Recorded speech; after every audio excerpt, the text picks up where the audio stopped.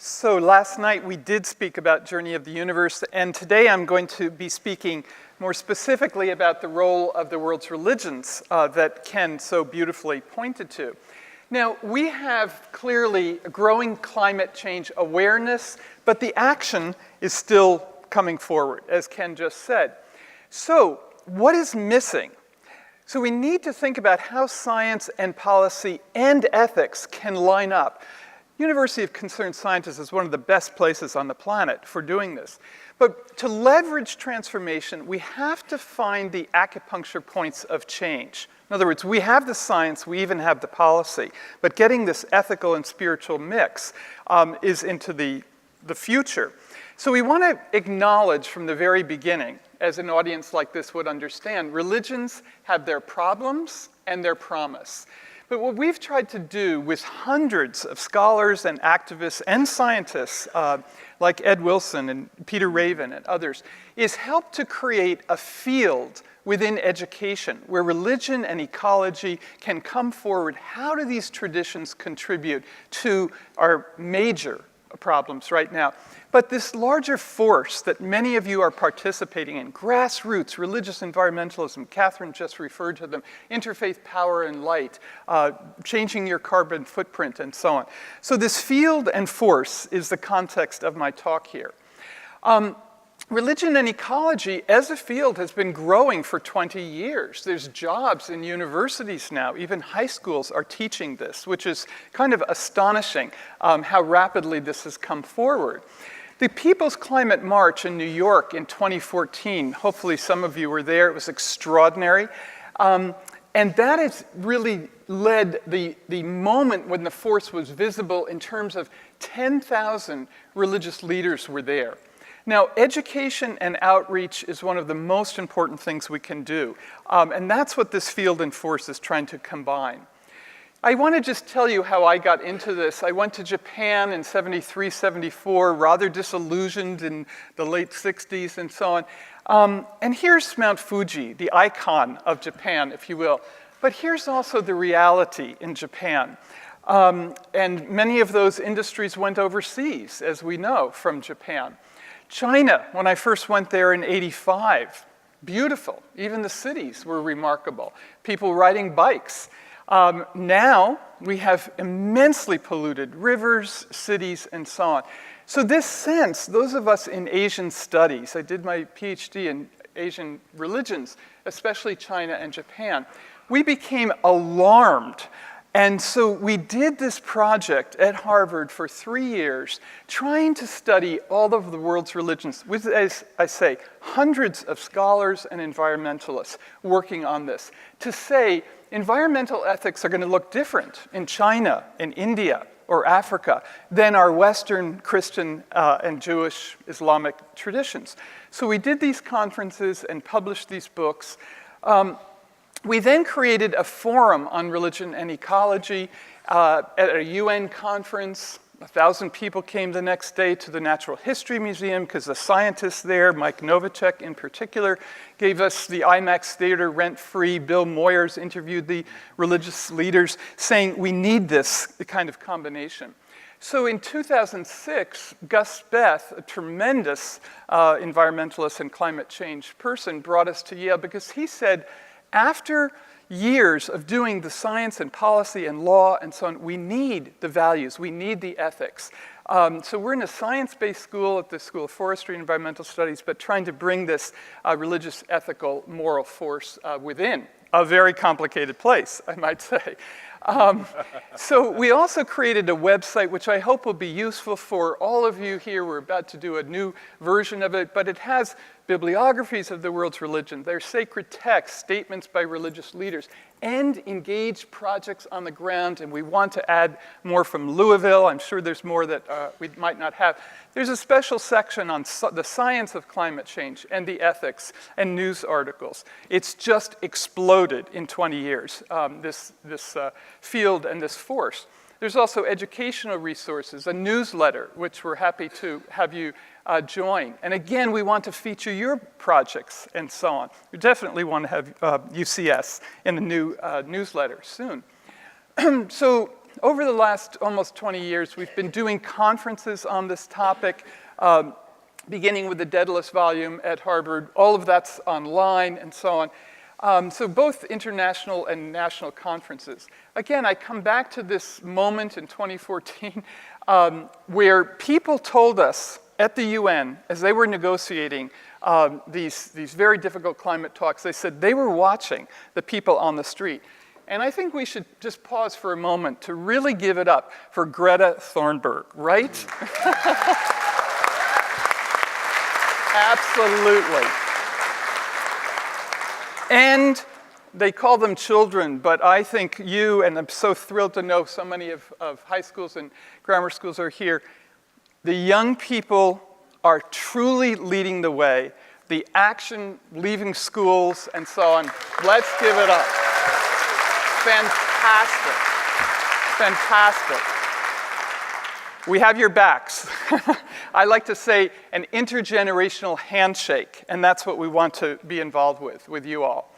So let me also just note the leadership has really emerged. Pope Francis, I'm going to speak about him in a few more moments. His good friend, the ecumenical patriarch Bartholomew of the Greek Orthodox Church, these have been leaders on these issues. I had this slide before even this talk, but here she is. And she's better in person. Joel Hunter has been doing this work for the evangelical communities, along with many others. We have active climate change groups, again, right here in our midst, Interfaith Power and Light, Green Faith, and Catholic Climate Covenant. As we all know, we love the Dalai Lama, and he has been speaking on religion, ecology, climate change for a long, long time. But he has others in his community, and many of you are practitioners of Tibetan Buddhism. The 17th Karmapa, an extraordinary young person, just in his early 30s, he has 55 monasteries working on climate change across the Himalaya region, which is one of the greatest areas at risk for the melting of the glaciers and so on. You know, there are literally 1 billion people depending on those glaciers from the Himalayas across South Asia. So this work is absolutely critical. We have American engaged Buddhists. Many of you know these magnificent people. Gary Snyder and Joanna Macy are kind of leading the list, but so many have been working on this as well. Now, when we come to education, we could give many examples, but because I'm going to come back to the Pope, and he happens to be Jesuit, the Jesuit schools have really put in place a lot of work because of the papal encyclical. So conferences, but curriculum, and so on. Loyola University in Chicago has a biodiesel program. They've got a sustainability master's program and undergraduate program.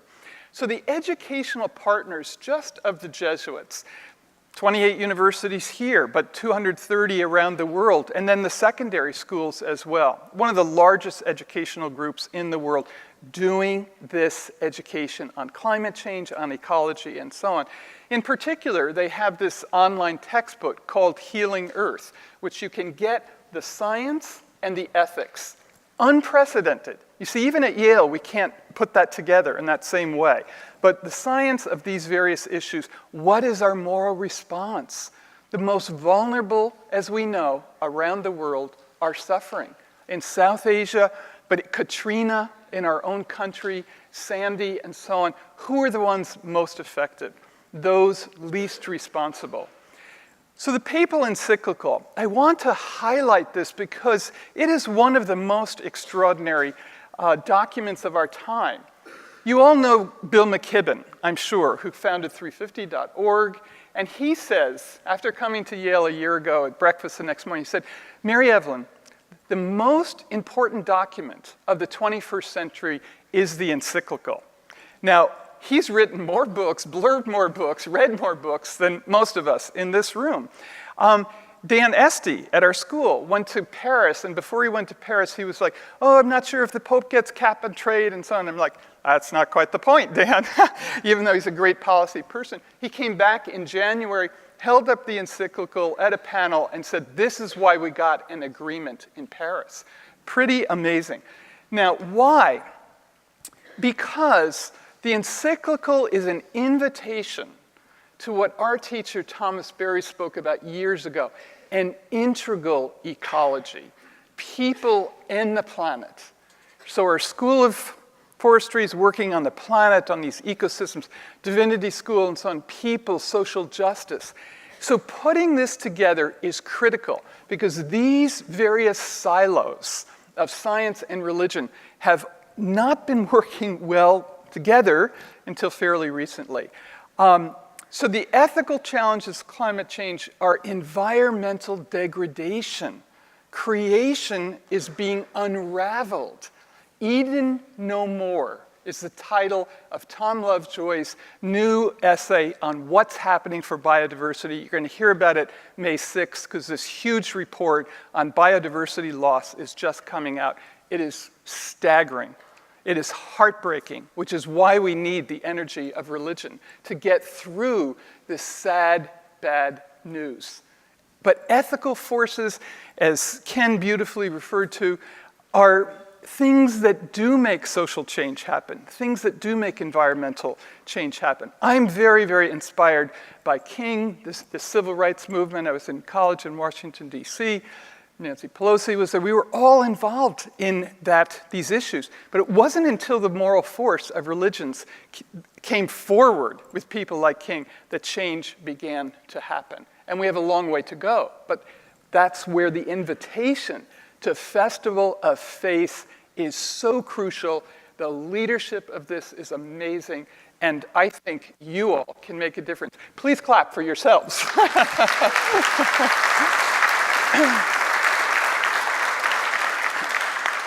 So climate justice, how many of you have heard of our Children's Trust? It's Juliana versus the United States. It's young people, I think there's about 20 of them, which are suing for their future. Where's the well-being for future generations? This is critical, just as the young people's movement is as well. Now, the audience for the encyclical, in the Christian world, over 1 billion Catholics, but altogether 2 billion Christians. This is huge. But other religious communities have responded to the encyclical. On our website, we have statements from Buddhists, from Confucians, from Hindus, why this integral ecology is so crucial. The goals of the Pope, both long and short term, he wanted to affect the climate change talks in Paris. He did. It was the first visit, as you know, to the US, speaking at the UN General Assembly. Right after he spoke in September 2015, the UN Sustainable Development Goals were passed. Now, of course, there were years of work on that and so on, but it was the moral force with the practical action. What are our development goals going forward? So, I'm going to just kind of summarize here. The religions of the world and ecology, along with science, policy, technology, law, new economics, religions of the world and ecology are one of the most important acupuncture points for change. They penetrate to the chi of our spirit, of our sources of inspiration for the perspiration, as I said before. Now, why then is this field and force something that we can have hope around with all of the difficulties, with all of the obstacles? I go back and forth to Asia a great deal, and let me tell you, our problems look small when you look at Chinese cities of literally 30 million people dealing with some of these issues. And yet, Confucian values, Taoist values and Buddhist values, they've translated the Harvard Conference books back into Chinese and so on. They're trying to use these values. So let me summarize here. Cultural values and ethics matter. We know that. And that's why it's so important to have the alliance with scientists who get that too.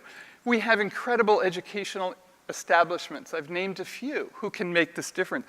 You have your Louisville Seminary and other universities right here. I haven't said much about investment and divestment, but this is really growing. You know, socially responsible investment in many ways began with the pension funds of the religious communities to say, we don't invest in war, in tobacco, in in guns and so on. So investment into new energies, divestment from fossil fuels, the churches are moving forward on this. Leadership and outreach. We have Catherine with us today. We have amazing people who can speak to this and transform the hearts and minds of people. It is perhaps one of our, not last, but one of our greatest hopes for leadership, and that includes laity. It's not just the people in the pulpit or in where rabbis and imams might sit, it's the whole congregation. So let me end with this point of resilience and inspiration. You know, we're trying to figure ways that we can restore ecosystems, rebuild these systems, which some people will say they have ecosystem services for humans, wetlands, and so on. But these are more than just in service for humans, because in our restoration of these ecosystems, we are restoring something of ourself, which is why it was so beautiful last night to begin with facing the river. Why is Louisville here? The river, right? Why is Louisville here? The blue grasses, the things that we need to sustain over time. So let me just conclude by saying resilience, restoration, and inspiration. With these alone and much more, we can change our planet in this critical moment. Thank you very much.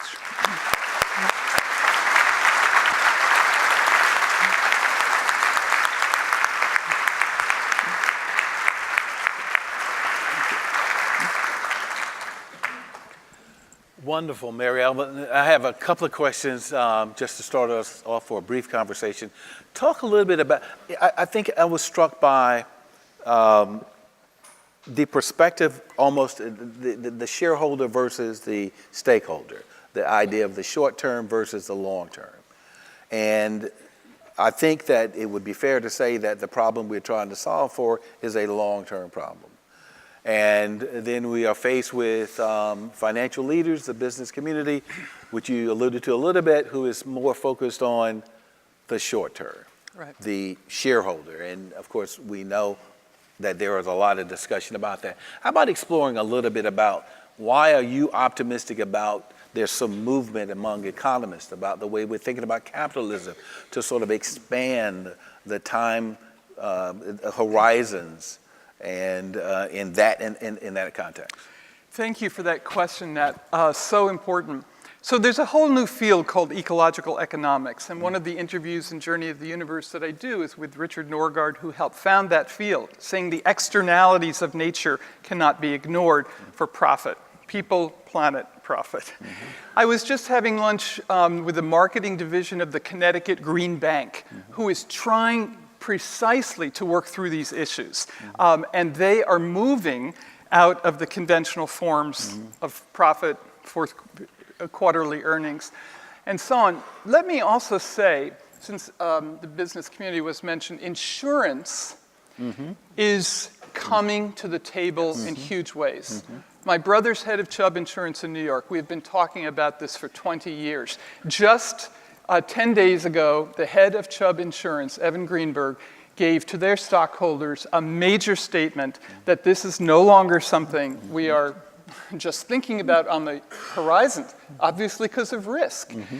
Now, the reinsurance companies like Swiss Re and Munich Re have been holding their yellow flag for some time. But when the companies that are selling you, mm-hmm, insurance, mm-hmm, that is when the change will happen. And they are rapidly moving into that space. And when they come to the table, you can't get insurance on Long Island, for example, very easily. Chubb has not insured coastal water properties for years. They're worrying about California. When they come to the table, we have a huge acupuncture point of change. So let's keep pressuring the insurance companies. Can you add to that? Well, first of all, I think that acupuncture is a wonderful analogy, and the idea that you're doing something that has leverage that reaches deep into your soul or is an inflection point for society is a wonderful analogy. I do agree that the reinsurers and the insurance industry is a game changer. One of the things we've been doing at the Union of Concerned Scientists, we did an interactive study last year showing sea level rise within the next 30 years. And you can go to our website and plug in your zip code. Yes. And you can see, it may not be your home, but it may be your access road or your community. And we chose 30 years because it's in the life of a mortgage. And that's typically people's biggest investment. And so not only is the insurance industry really coming to the table, at the mortgage holders are as well, and the cities that do planning and that have to think about what their communities are going to look like are also coming to the table, as are municipal bondholders. So they're all doing exactly what you said. They're starting to recognize the risk. They could be a very powerful force. I guess the other one I would add, the electric utility industry needs to understand that when we talk about transportation, it's a battle between oil and electricity. And in order to have our climate goals met, electricity needs to win that battle. So they are another potentially big muscled ally here in the fight. I think what's been missing, though, is that they talk about these risks, but they don't actually invest their lobbying muscle to get the solutions. That's the next step. And until they do that, we're not going to get where we need to go. Well, I think that's a great pivot point, because I was going to ask next about their protests right now in London. I guess they're over now, but on the financial exchange, where the glue activists, these are people that have decided to glue themselves to close the exchange. I mean, literally to glue themselves to the building so that you can't have commerce. But when reading some of the comments, they have decided, these are the global extinction, I think that's right? The extinction. They have decided that to target not all business, but to target the financial services industry. And I think that's a pretty substantial tactical error, because we would say not all businesses, some businesses are further along on this journey. Patagonia, for example, there are a lot that are further along. Why don't y'all weigh in a little bit on that part of this equation of getting the economy and the values, but narrowing it in on the financial services industry? Anyone? I think it depends on the part of the world you live in. Oh, good.